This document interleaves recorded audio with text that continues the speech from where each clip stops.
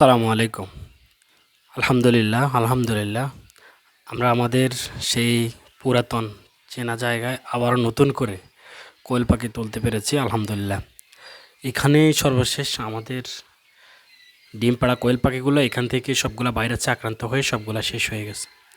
পুনরায় আজকে আলহামদুলিল্লাহ আমরা এখানে 400 কোয়েল পাখির বাচ্চা দিয়েছি। এর মধ্যে 22 দিনের কিছু বাচ্চা আছে এবং 15 দিনের কিছু বাচ্চা আছে।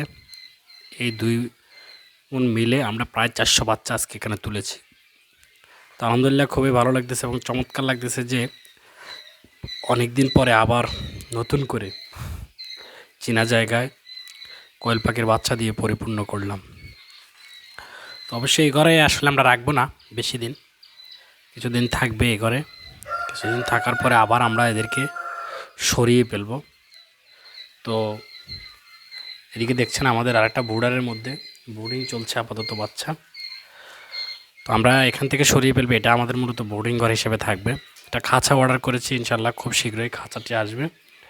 খাঁচা আসার পরে এগুলো চেঞ্জ করে ফেলবো, সবগুলো পাখিকে খাঁচায় তুলে ফেলবো।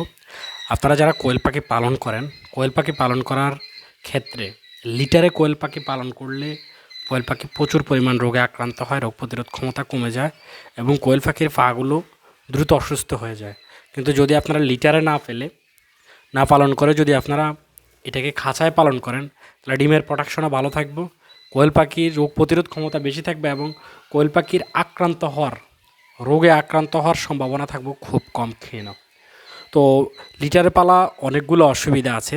প্রথমত লিটারে পালার মধ্যে হচ্ছে যে আপনার যে এই লিটারে হালকা বৃষ্টির পানি বা কোনো রকম পানি পড়লে এগুলো স্যাঁতস্যাঁতে হয়ে যায়। কয়েকদিন পর যদি লিটার পরিবর্তন না করা হয়, লিটার থেকে দুর্গন্ধ এবং অ্যামোনিয়া গ্যাস ছড়িয়ে পড়ে। এরপরে লিটারের মধ্যে যদি আপনি পালন করেন তাহলে পাখির পায়ের মধ্যে লিটারের যে কাদা অংশ পায়খানা, এই পায়খানা পায়ের মধ্যে লেগে পা রোগে আক্রান্ত হয় অনেক সময় এবং পাগুলা ফুলে যায়। পরবর্তীতে আরেকটা বিষয় হচ্ছে যে লিটারে পালন করলে যখন ডিম আসে ডিমগুলা ভেঙে যায় এবং ডিমের প্রোডাকশন খুবই কম হয়। কিন্তু সেক্ষেত্রে আপনারা যদি খাঁচাতে পালন করেন, খাঁচাতে পালন করলে প্রোডাকশন বেশি পাওয়া যাবে, আবার রোগে আক্রান্ত হওয়ার সম্ভাবনা থাকবে খুবই কম। তো আলহামদুলিল্লাহ আমরাও আল্লাহর শুকরিয়া যে আমরা খাঁচাতেও পালন করছি, লিটারেও পালন করছি, কিন্তু লিটার থেকে আমরা খাঁচাতে ভালো ফলাফল পেয়েছি। যার কারণে এবার আবার নতুন করে আরেকটা খাঁচার অর্ডার দিয়েছি।